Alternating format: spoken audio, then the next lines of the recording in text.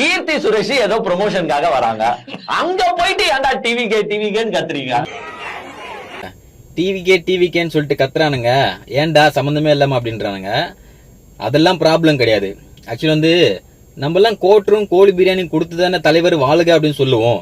ஆனா இவங்க காசே வாங்காம இப்படி ஃப்ரீயா சொல்றாங்களே, இப்படியே விட்டோம் அப்படின்னாக்கா நாளைக்கு தமிழ்நாட்டு மக்கள் எலெக்ஷனே தேவையில்லை, தளபதி தான் சிஎம் அப்படின்னு சொல்லிட்டு முடிவெடுத்துருவாங்க. ஆல்ரெடி அப்படிதான் இருக்கு. இதை உடனடியா நம்ம வந்து ஒடிக்கணும் அப்படின்னு சொல்லிட்டு ஒரு மொக்க கண்டென்ட் போட்டிருக்காங்க. ஒரு பொழுதும் வேலைக்கு ஆகாது. டிவிகேன்னு கத்துறாங்க அப்படின்னாக்கா இன்னைக்கு இளைஞர்களா இருக்கட்டும், யாராவனும் இருக்கட்டும், அது வந்து ஒரு எனர்ஜி. உதாரணத்துக்கு இந்த பாகுபலி படத்துல பாத்தீங்கன்னாக்கா அந்த 100 அடி சிலை கீழே வந்த உடனே அப்ப பிரபாஸ் வந்து கை கொடுத்து அந்த கயிறை வலிச்சிட்டு ஃபேஸை காட்டுவாரு. அப்போ வந்து ஒரு எனர்ஜி வரும், பாகுபலி அப்படின்னு சொல்லிட்டு கத்துவாங்க. அந்த மாதிரி தான் ஒரு எனர்ஜி. தளபதி இன்னைக்கு பண்ற நல்ல திட்டங்கள்லாம் பார்க்கும்போது அது ஒரு சந்தோஷம். தளபதி வந்துட்டாரு அரசியல்ல அப்படின்ற ஒரு சந்தோஷம், எனர்ஜி, அவ்வளவுதான். மற்றபடி வேற எதுவும் கிடையாது. நன்றி.